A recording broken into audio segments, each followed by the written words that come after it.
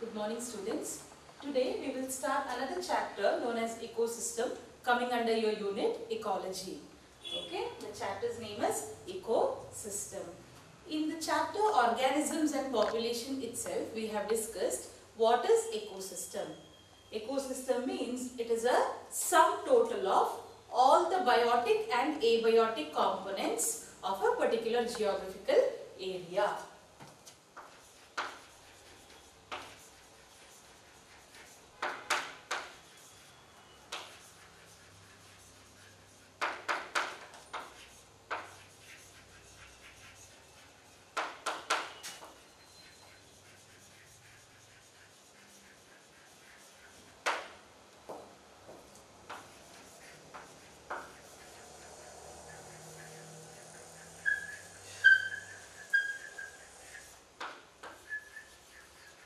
The sum total of biotic and abiotic components present in a geographical area is known as ecosystem.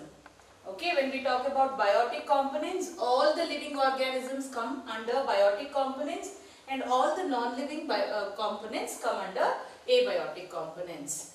Okay, now ecosystem can also be referred as functional unit of nature.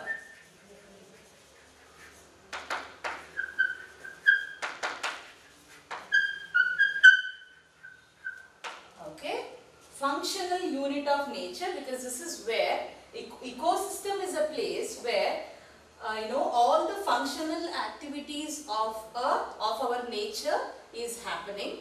Okay, here what happens is living organisms interact among themselves. Also, living organisms interact with the environment.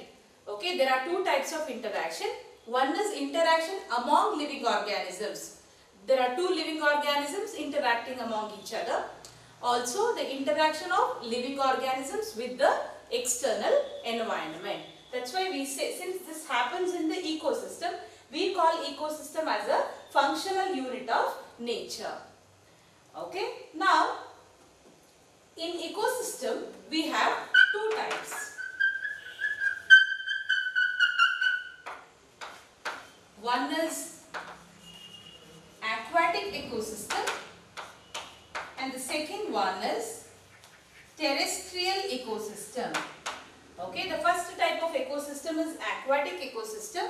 Okay, as you all know, it is present in the water body. Terrestrial is outside the water body, in the land.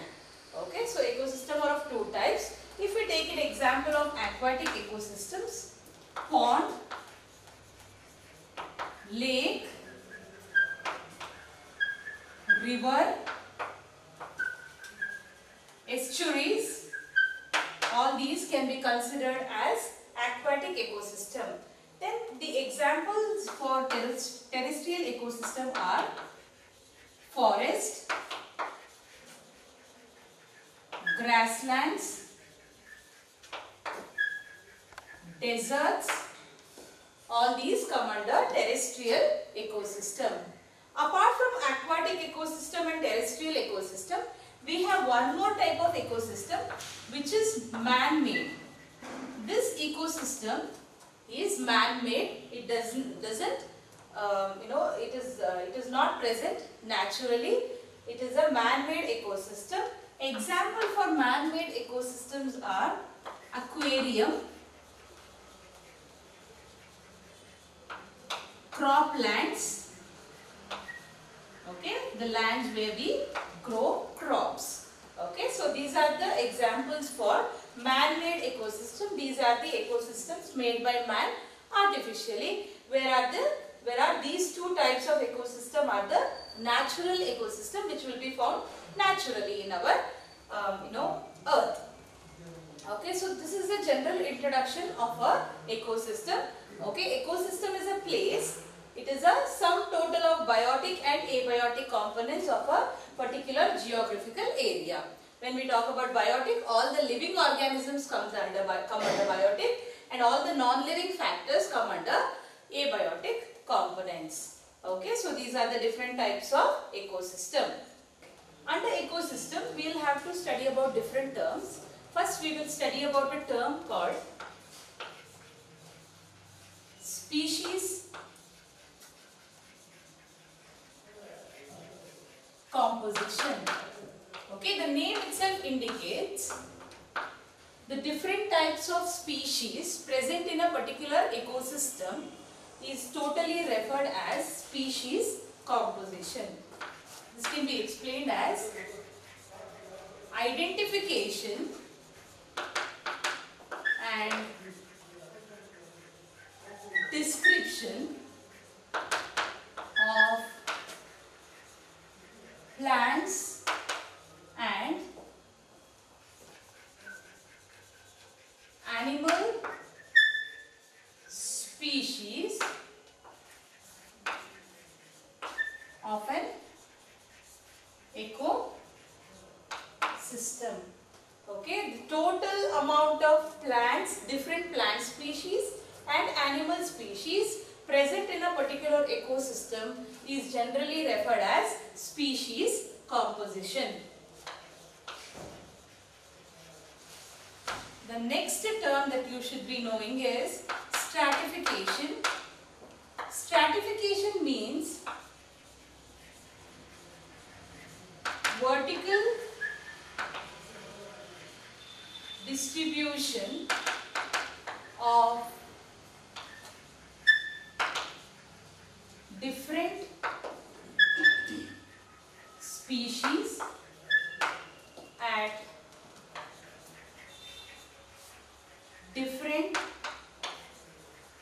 levels of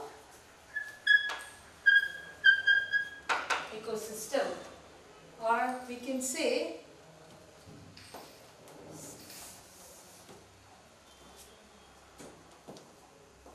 different levels.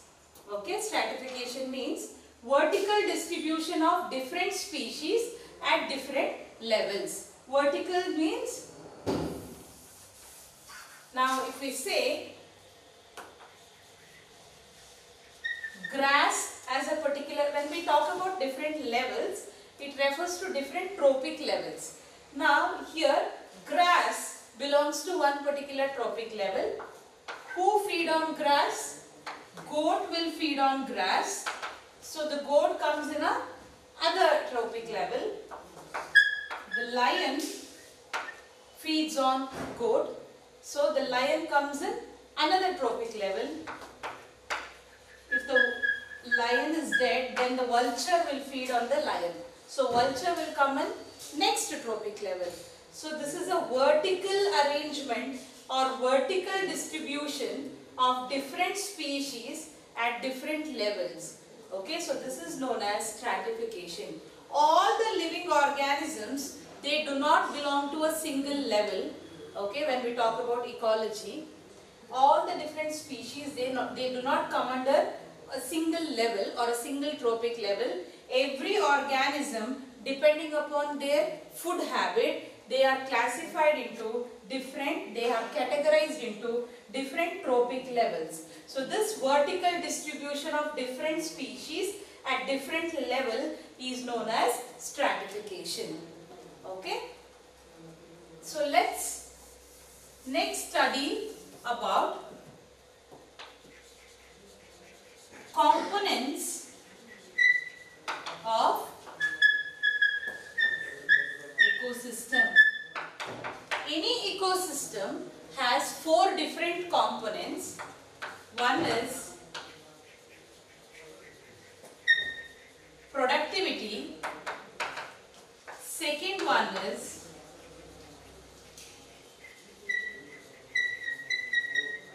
decomposition. Third one is energy flow. And the fourth one is nutrient cycling. Okay, so any ecosystem has 4 different components: productivity, decomposition, energy flow and nutrient cycling. We will study about individual component in detail. Okay, so let's begin with productivity. Before starting with productivity, we have a small topic to be covered under this particular chapter, which is description of a pond ecosystem. Okay, why we have to study about a pond ecosystem? You have studied it in your school also. However, here we need to study in order to know, if we consider pond as an ecosystem, then what are the different organisms or different factors which will be present in that particular ecosystem. We know any ecosystem has two components in it, biotic and abiotic. If we consider pond as an ecosystem, what will be the different types of biotic components and what will be the different types of abiotic components present in that particular pond. Okay, so let's talk about pond as an ecosystem.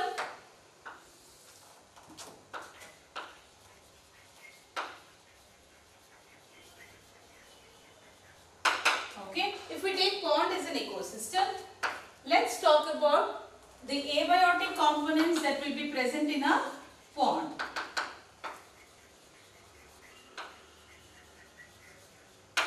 Okay, what are the abiotic components that will be present in a pond? Dissolved, organic and inorganic substances. Okay, all the dissolved organic and inorganic substances. Dissolved means they are dissolved in water. Okay, what are the different organic and inorganic substances dissolved in water? They come under abiotic components. Water, obviously it is an abiotic component of an ecosystem. Then comes the soil, which will be present at the bottom part of the pond ecosystem. So this makes these factors makes the abiotic components of a pond ecosystem. Let's talk about biotic components. In biotic components, we have three different categories. The first one is producers. The second one is consumers. Third one is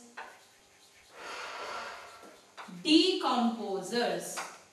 Okay, when we talk about pond as an ecosystem, we have these abiotic components, and abiotic components are of three different types: producers, consumers and decomposers. Okay, who are the producers? Generally, producers are nothing but plants. Here in case of pond ecosystem, since it is an aquatic ecosystem, we can consider phytoplanktons.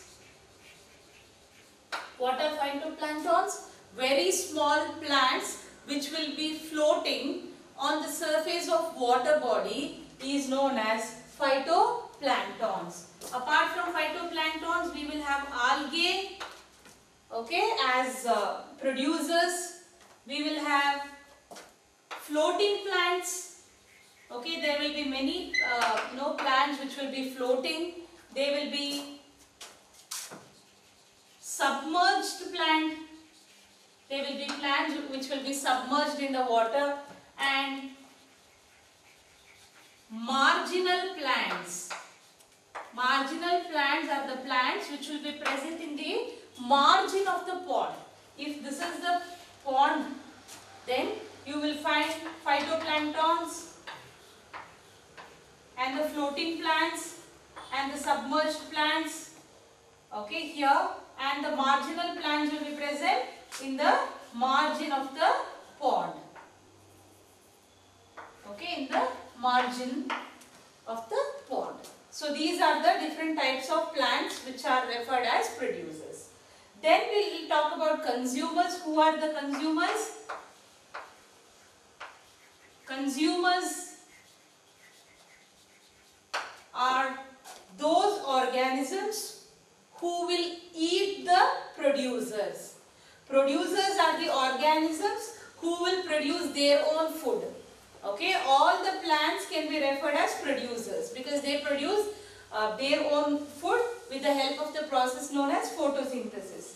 If we talk about consumers, consumers are the organisms who will feed on producers. That means who will eat the producers. So who are the different types of consumers here? We can talk about zooplanktons, we can talk about fish, or any animals which are present in that particular pond ecosystem can be considered as consumers. Any animal. Okay. Then lastly we will talk about decomposers. Why decomposers are very much essential in a pond ecosystem or in any ecosystem for that matter. Decomposers are the organisms who will carry out decomposition. Okay, and the process known as decomposition will be studied in detail when we go to the respective topic. Okay, decomposers are the organisms who will break down any organic substance and convert it into inorganic matter. Okay, so who are the decomposers? Generally, fungi and bacteria are referred as decomposers. Okay, so these are the different components of a pond ecosystem. There will be abiotic components and biotic components. All of them, they work in a group in order to live successfully in this particular ecosystem. They all the biotic components, they they coordinate with the abiotic components and they live in a successful manner in a pond ecosystem.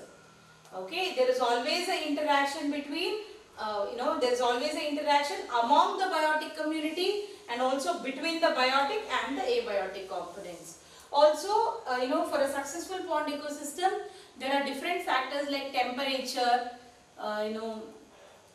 the availability of oxygen. All these factors are also important. Okay, so these are the components of a pond ecosystem. Let's move on to this topic called as productivity. Okay, so let's study in detail what is productivity. Okay, we have looked into a term known as producers. All the organisms who will be able to produce their own food are known as producers. When we, if we have to use a specific term, the organisms who will produce their own organic matter, okay, is known as producers. Now, what is productivity? The total amount of organic material or biomass produced by the plants during photosynthesis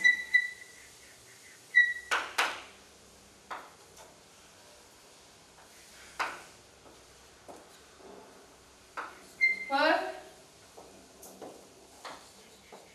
unit area over a time period. Okay, so this is productivity. Okay, this can also be called as primary productivity. Okay, because when we talk about producers, we also refer to producers as primary producers because they are the actual organisms who will produce this biomass or organic material. Okay, so this is the explanation for primary productivity. If we read it again, it refers to producers which are nothing but plants. The total amount of organic material or biomass produced by the plants during photosynthesis per unit area over a time period is known as primary productivity. Okay, so how much food, okay, the organic material or biomass is nothing but the food that the plant is going to produce. The amount of food that the plant is going to produce, during photosynthesis, and we are talking about a particular unit area. We will talk about a geographical area. Okay, we cannot we cannot refer to a larger geographical area. We will divide the ecosystem into particular geographical area, and we will take the count of primary productivity. Okay, so we will take a particular geographical area and we will consider the number of plants present in that particular unit area, and we will take a time duration. In that time duration, in that particular geographical area, those number of plants, how much food or the organic material or biomass they are going to produce. It is referred as primary productivity. Okay, the total amount of and how do they produce organic material or biomass? Through this process known as photosynthesis. We have all studied this photosynthesis in the first year class itself. Okay, and we have studied in detail the photosynthesis and respiration chapters. Okay, in the process of photosynthesis, plants will produce organic material or biomass. How much organic material or biomass is going to be produced by the plants in one particular geographical area in a specific time duration, that is known as primary productivity. When we talk about primary productivity, we have to talk about two more other terms known as gross productivity and net productivity.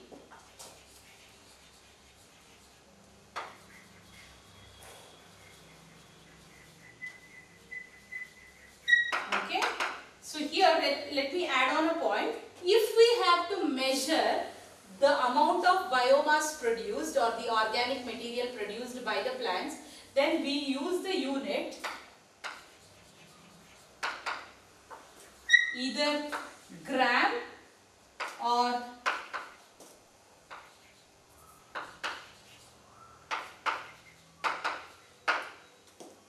kilocalories per meter.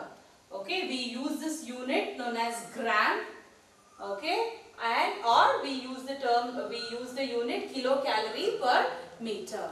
Okay, so these are the unit that could be used in order to measure the biomass produced by the plants. Okay, either we will say 100 grams of biomass produced, or we will in terms of kilocalories we will say 100 kilocalories per meter. Okay, so these are the two units that will be used in order to calculate the primary productivity. Now we will talk about gross productivity. Gross productivity is nothing but we know the gross income. If you are doing some business, then the total amount of money you have got from that particular business is known as gross income. Okay, here also if a plant is carrying out photosynthesis and it is going to produce a specific amount of biomass, that will be known as gross productivity. Rate of biomass production. Okay, gross productivity and primary productivity are the same. Okay, the rate of biomass production. How much biomass a plant is going to produce. Okay, we will consider all the biomass that is produced by plants. For example, the plant has produced almost 1000 grams of biomass. Okay, this is the biomass totally produced by the plant in a particular geographical area in a time period. Okay, then that is referred as gross productivity. Now there is one more term known as net productivity.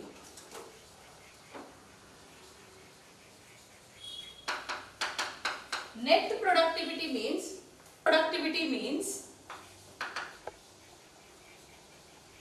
available biomass for the consumption of heterotrophs. Heterotrophs are nothing but consumers. Okay, So net productivity, if you look into the difference between gross productivity and net productivity, gross productivity means if a plant is carrying out photosynthesis, if it has produced 1000 grams of biomass, then this amount of biomass can be referred as gross productivity. That means that is the total amount of biomass that is produced by the plant. Now, if you look into the explanation of net productivity, it is the available biomass for the consumption of heterotrophs. Okay, plants are producers. That means they produce food in the process of photosynthesis. They can also be called as autotrophs. All these terms we have studied in our first year class itself. Okay, plants are also referred as producers and autotrophs. Producers means they produce their own food. Autotrophs also means the organisms which will produce their own food. Okay, two terms can be used for plants. Whereas the animals or organisms who will eat the producers or who will feed on the producers are known as heterotrophs. Okay, autotrophs and heterotrophs are the opposite words. Autotrophs means organisms who will produce their own food. Heterotrophs mean organisms which will not produce their own food. In other way, it will depend on the autotrophs for their food. Okay, they can also be referred as consumers. Consumers are the organisms who will feed on the producers. Okay, who will depend on the producers. Now, if the plant has produced 1000 grams of biomass, doesn't mean that all the 1000 grams will be given to heterotrophs or the consumers who will eat the plants. Okay, it will not be given. A partial amount, a specific amount of biomass will be used by the plants itself for the process known as respiration. We have studied what is respiration in your first year class. Okay, in the unit plant physiology, we have studied what is photosynthesis and what is respiration. Okay, respiration is a process which will happen inside the plant's body also, where some amount of food or biomass that is produced by the plant will be used or utilized. So only a partial amount of biomass will be transferred to the heterotrophs. So this is known as net productivity. Okay, so if we have to, we will also use the term gross primary productivity and net primary productivity, and if we abbreviate these terms, gross primary productivity can be abbreviated as GPP, net primary productivity can be abbreviated as NPP. Okay, then I told you plants will use certain amount of biomass or organic material for the process known as respiration. Plant has produced some amount of biomass, for example 1000 grams. In this 1000 gram, 250 grams of biomass has been utilized by the plants itself for the process known as respiration. Okay, so this is known as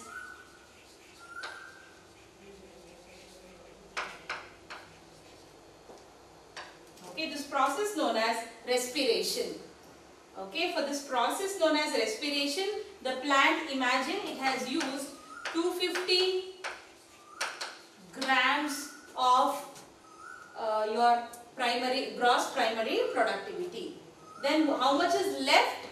We will consider it this way. Net primary productivity. Net primary productivity is equal to GPP,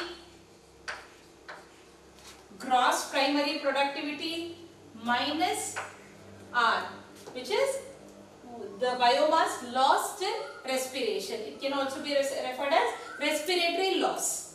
Okay, so NPP is equal to how much did the plant produce? What is the total amount of biomass plant has produced? 1000 grams. Okay, in that 1000 grams, for respiration, plant has used 250 grams. Okay, so what is the total biomass left 750. So this will become the net primary productivity. Okay, so R refers to respiration loss. That means the biomass lost in the process of respiration. So if the plant has produced 1000 grams of biomass, out of that, in that 1000 grams of biomass, 250 grams of biomass has been used by the plant itself for the process known as respiration. So ultimately, we are left with 750 grams of biomass. This will be referred as net primary productivity. So what is primary productivity? The total amount of organic material or biomass produced by the plants in the process known as photosynthesis per unit area over a time period is known as primary productivity. If we have to talk about gross primary productivity, it is same as primary productivity. How much biomass a plant is going to produce totally. Okay, so next, net primary productivity. All the biomass produced by the plants will not be directly given to heterotrophs or the consumers who will eat the plants. Certain amount will be utilized by the plant itself for the process known as respiration. So this is called as respiratory loss. The amount of biomass lost in the process known as respiration. If we deduct the respiratory loss from gross primary productivity, then we will get the net primary productivity. This is all about net primary productivity. There is one more term known as secondary productivity. We have seen what is primary productivity. Then we will look into what is secondary productivity. Secondary productivity means once the consumers or the heterotrophs have fed on the primary producers, the consumers or the heterotroph are going to produce new organic matter in their body. That is known as secondary productivity. The rate of biomass newly formed by the consumers. Okay, consumers who will eat the producers. Once the consumers have fed on the producers, in the consumer's body, new biomass or new, we will say, organic matter is going to be formed. That newly synthesized organic matter in the body of the consumers who have fed on the producers or the plants who were the primary producers. Okay, the amount of organic matter produced in their body is known as secondary productivity. Okay, primary productivity means the product produced by the primary producers, and secondary productivity means the product produced in the body of the primary consumers, the consumers who will eat that particular producers. So this is all about productivity. So in an ecosystem, productivity becomes the major component because productivity is the actual, it is the actual platform on which the whole ecosystem is depending on. Because there is no productivity, there is no life. Okay, and who carries out the productivity? Productivity is majorly carried out by plants. Next, we will look into the second component of an ecosystem, which is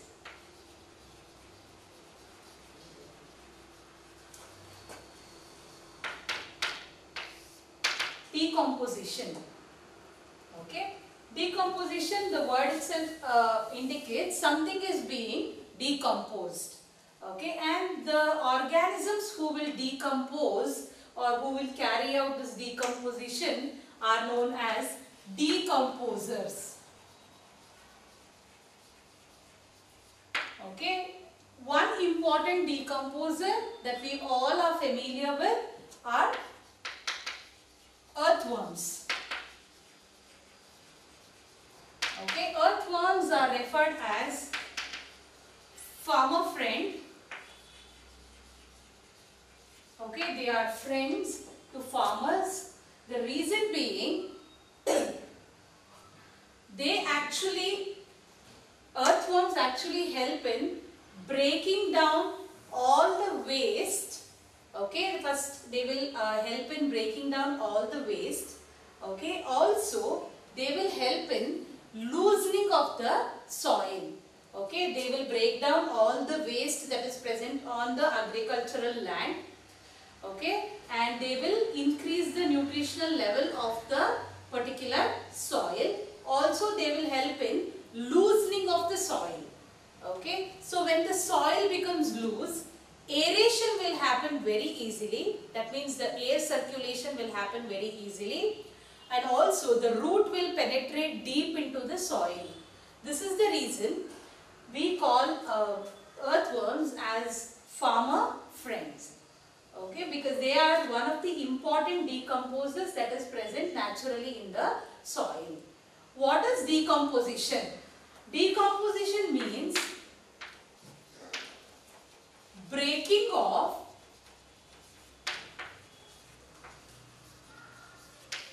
organic matter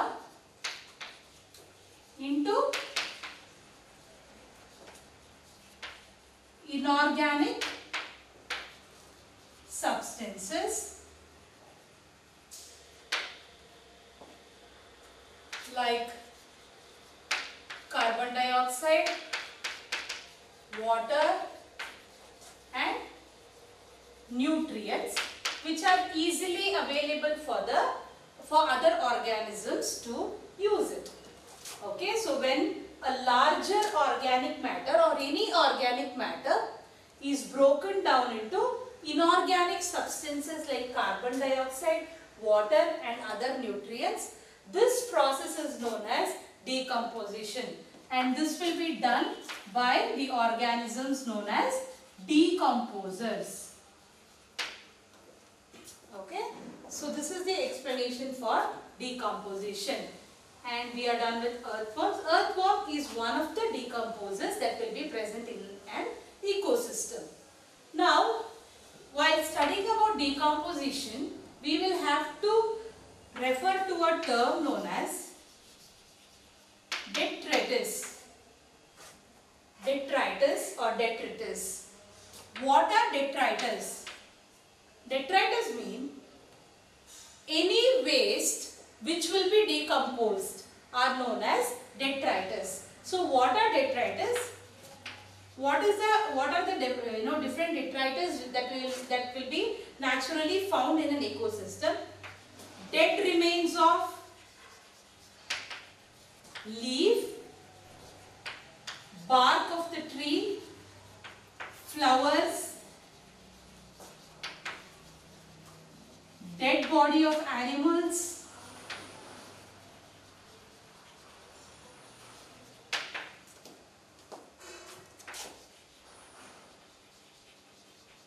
fecal matter of animals,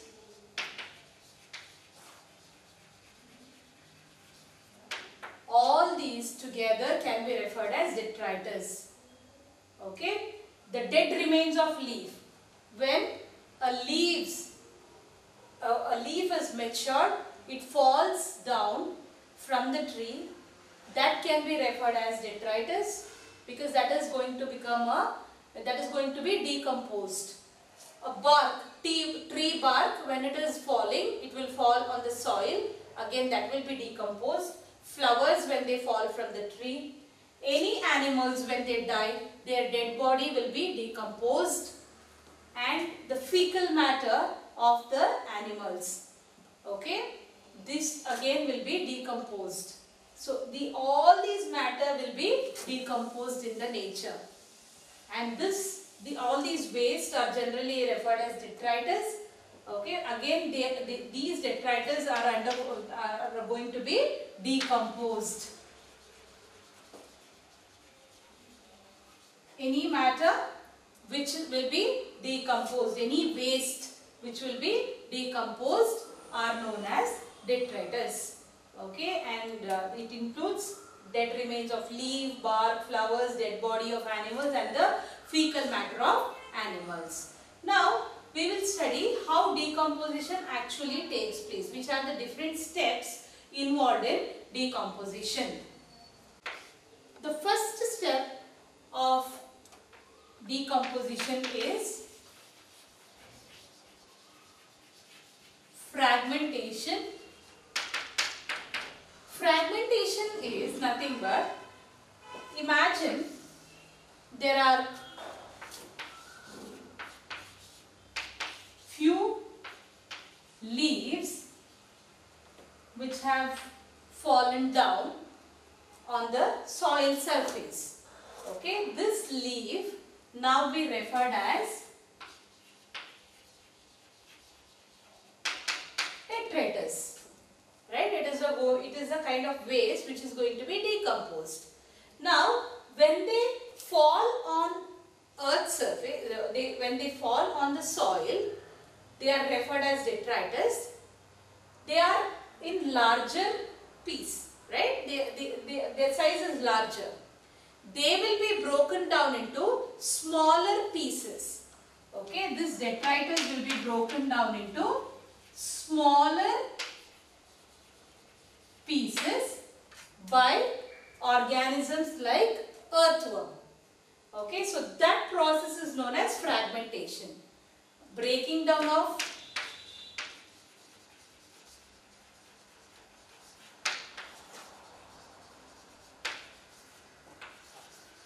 detritus into smaller pieces or fragments. This process is known as fragmentation, and this will be done by organisms like earthworm. Since these organisms, they feed on detritus, such organisms will be known as detritivores. Okay, by detritivores.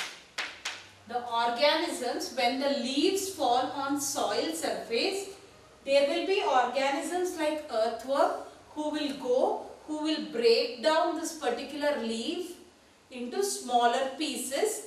That process is known as fragmentation, and organisms who will feed on the detritus are known as detritivores. Okay, example for detritivores, earthworm.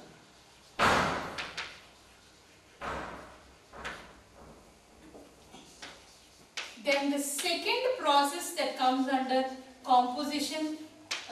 decomposition is leaching. Okay, leaching is nothing but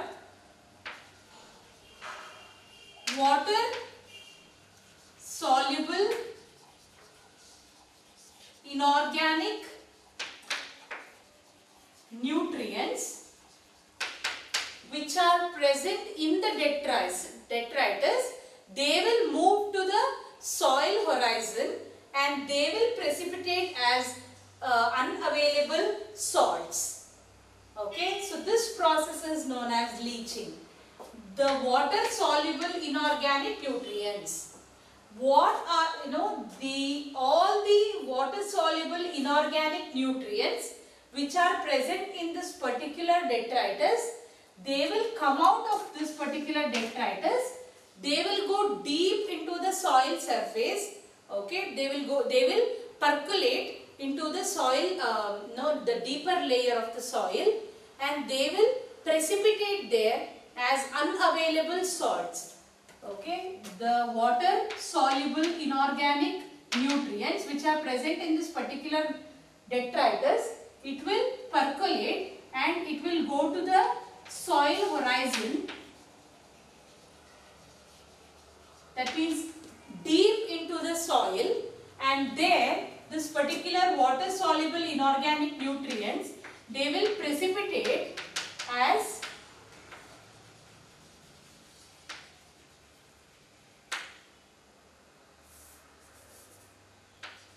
unavailable salts. That means this salt will will not be available for the plants to absorb.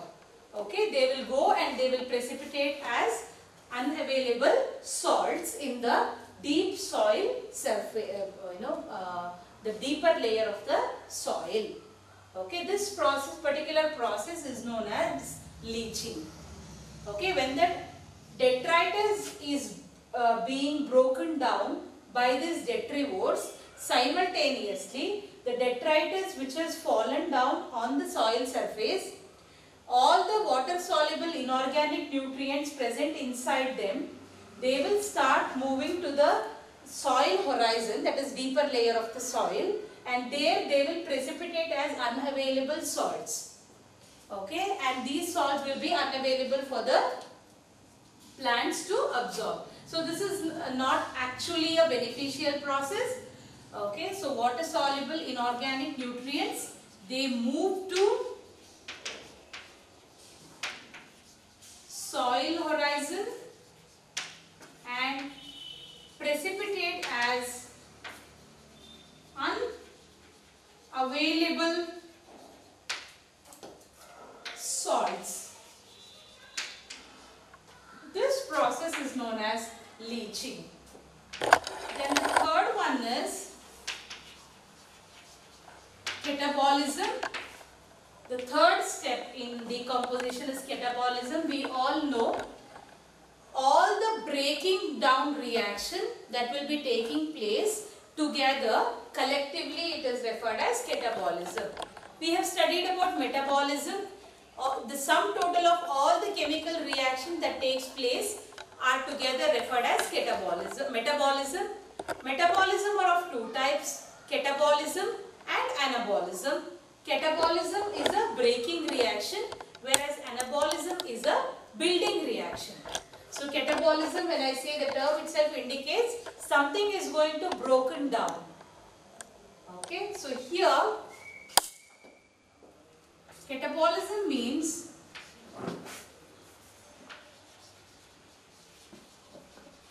degradation of detritus by bacteria and fungal enzymes to release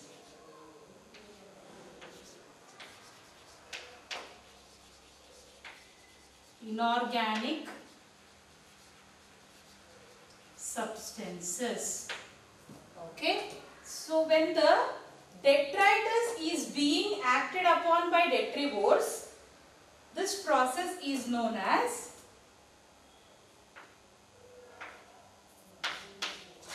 fragmentation.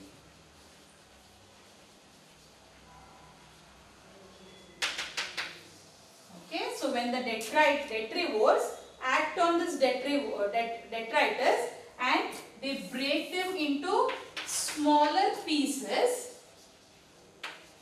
this process is known as fragmentation. And here, when the water soluble, at the same time, all the water soluble inorganic nutrients present in this particular detritus, they will move to the soil horizon and precipitate as unavailable salts.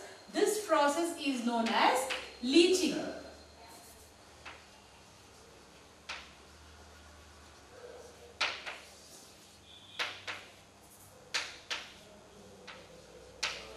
The third one is, these leaves have fallen down on the soil, and in the soil there will be multiple bacteria and fungi.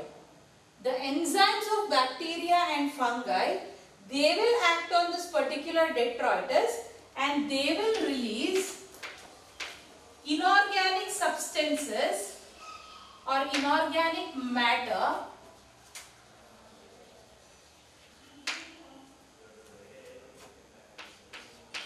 bacteria and fungi, they will act on this particular detritus and they will convert this detritus into, they will digest or they will degrade this particular its degradation. Okay, so this bacteria and fungi, they will degrade. Degradation will happen. They will degrade this particular detritus and they will release inorganic substances present in this particular detritus, and this process is known as catabolism. This is the third step. Now all of you should know that this process of fragmentation, leaching and catabolism, all these three processes happen simultaneously in a detritus. Okay, as soon as the matured leaves fall on the soil surface, immediately bacteria and fungi are going to act on this detritus. They will degrade the detritus and they will convert the detritus and they will release inorganic substances from this particular detritus. That particular process is known as catabolism. And when the bacteria and fungi are doing this process, simultaneously detritivores, that is the organisms which will feed on the detritus like earthworm, they will start breaking down the detritus into smaller particles. That is known as fragmentation. At the same time, leaching also happens, where all the water soluble inorganic nutrients present in this particular detritus will be moving into the soil horizon and they will collect there as unavailable salts. All these three processes happen simultaneously. Okay, it's not that first here I have mentioned step by step, but it is not necessary that the fragmentation has to happen first, then the leaching, then catabolism. All these three processes will happen simultaneously. Then the next step of catabolism is decomposition is humification.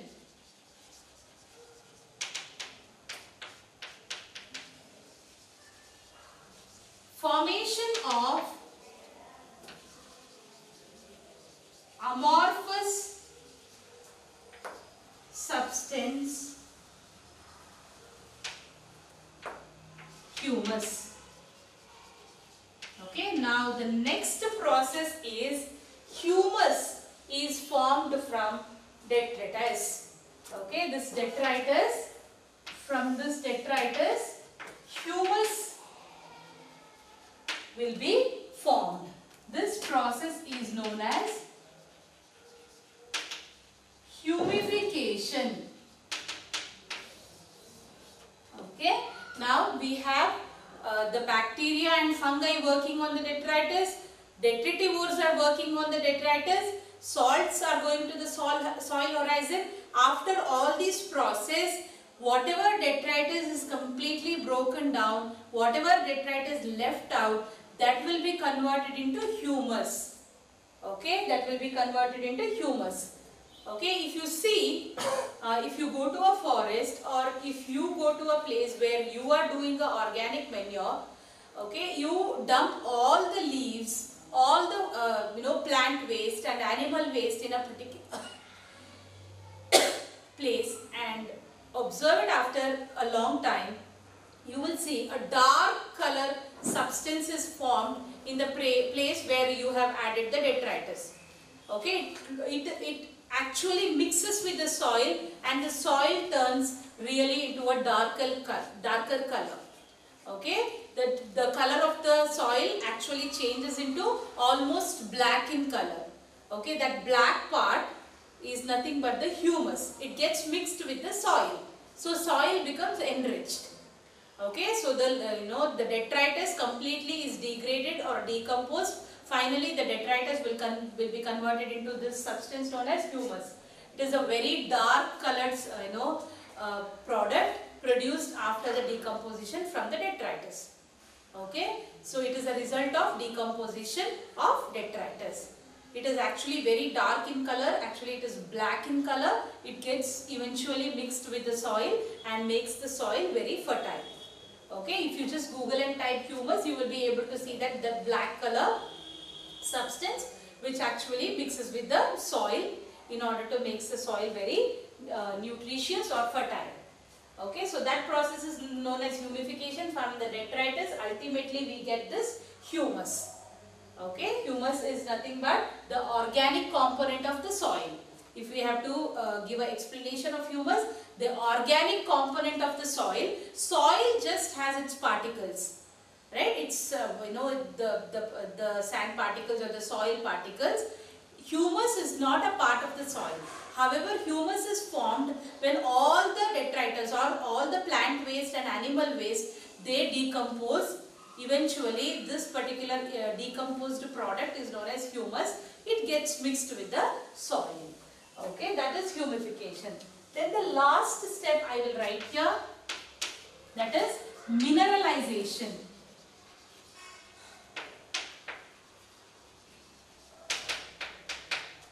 Okay, mineralization is a process where this humus is further degraded by microorganisms.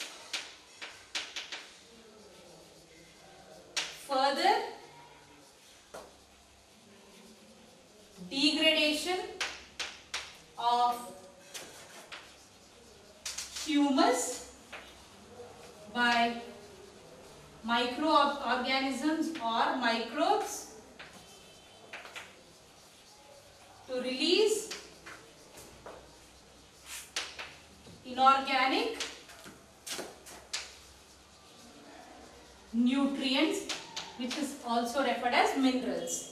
Okay, ultimately what happens is the humus will be acted upon or it will be degraded by some microorganisms in order to release all the inorganic nutrients present in the humus. This process is known as mineralization. So decomposition is a very important process in the nature because all the waste has to be decomposed by one or the other organisms. Okay, so what happens during decomposition is, if we are talking about any detritus, like if we are taking the example of leaves falling from the tree, that those leaves are referred as detritus. Okay, initially when the leaves fall on the soil surface, they will be broken down by the detritivores into smaller pieces. Then eventually, simultaneously what happens? All the water soluble organic nutrients present in the leaf will be moved on to the soil horizon. Simultaneously, what happens is bacterial and fungal, bacteria and fungi which are present in the soil, they will allow their enzymes to degrade this particular detritus or the smaller particles of the detritus in order to release inorganic substances. Okay, after that, after all these processes, the detritus will be converted into something called as humus. It is an organic component which is very nutritious and it is formed as a result of decomposition. Once the humus is formed, again some other microbes will work on this particular humus and they will start releasing all the inorganic nutrients present inside the humus into the soil, which will be easily absorbed by the plants. Okay, here leaching is not a beneficial step because leaching releases all the inorganic nutrients into the soil horizon, whereas mineralization is a very beneficial process because it will release all the minerals or inorganic nutrients into the soil, which can be easily absorbed by the plants. Okay, so these are the different steps that are coming under decomposition. Okay, and we have to study about another topic here.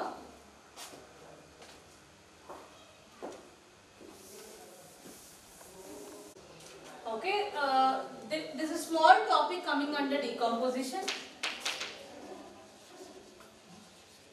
Factors affecting decomposition. Which are the different factors that will affect this process known as decomposition? First is, we all should know that decomposition is a aerobic process. Aerobic process is any process which will happen or which will be executed only in the presence of oxygen. Okay, so factors affecting decomposition, oxygen is a major factor affecting decomposition. Since decomposition is an aerobic process, when oxygen availability is more, the decomposition rate is also more. When there is no oxygen available, then the decomposition will not take place. Okay, so that is one of the major factor affecting decomposition. The second factor affecting decomposition is temperature. Okay, when the temperature is warm, it favors the decomposition. Decomposition rate increases when there is warmer temperature or warmer weather.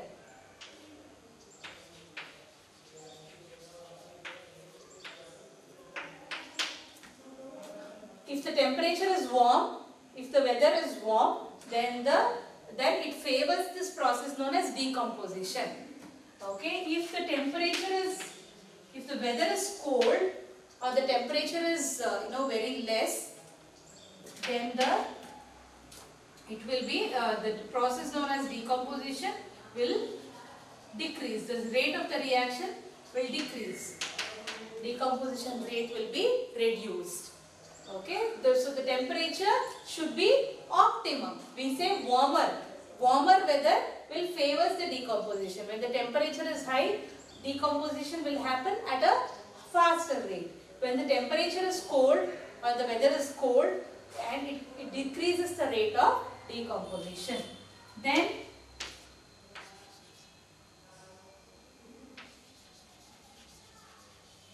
moisture.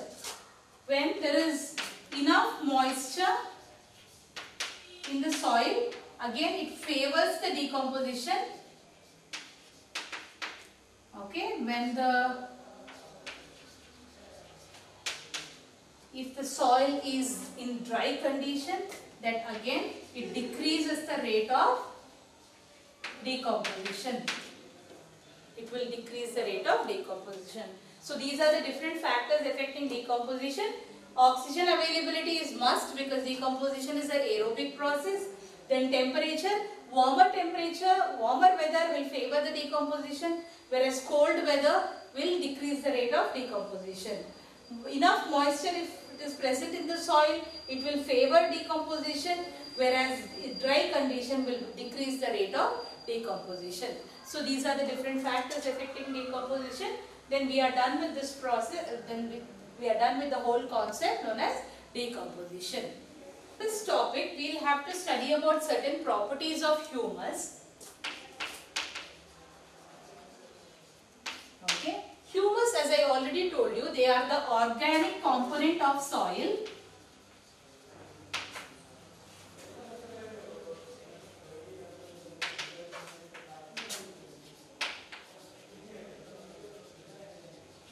Formed as a result of decomposition. Okay, they are the organic component of soil formed as a result of decomposition of detritus.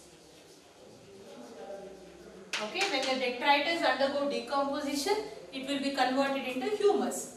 They are actually the organic component of soil which gives the very dark color to the soil. Okay, now what are their properties? They are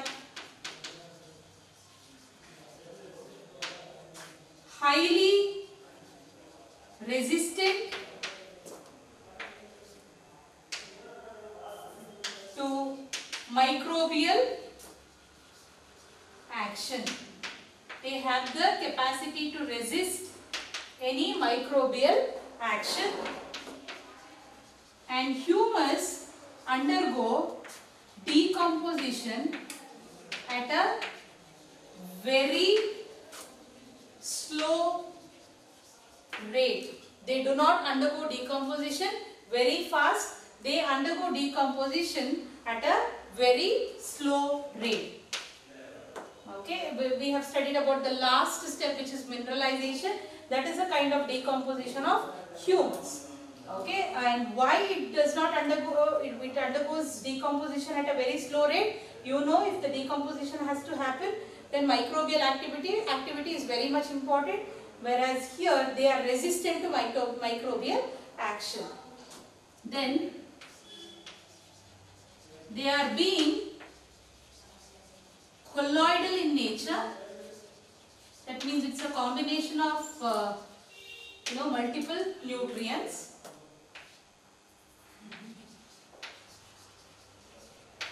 As they are reservoir of nutrients. Humus can be called as a reservoir of nutrients because it is carrying multiple nutrients in it. Okay, so these are the properties of humus. What is humus? They are the organic component of soil formed as a result of decomposition of detritus. What are their properties? They are resistant to microbial action. They undergo decomposition at a very slow rate, and also they are a reservoir of multiple nutrients. Okay, so they are the reservoir of nutrients. This is the property of humus. With this, we will end this topic known as decomposition. We will move on to the third component of an ecosystem, which is energy flow.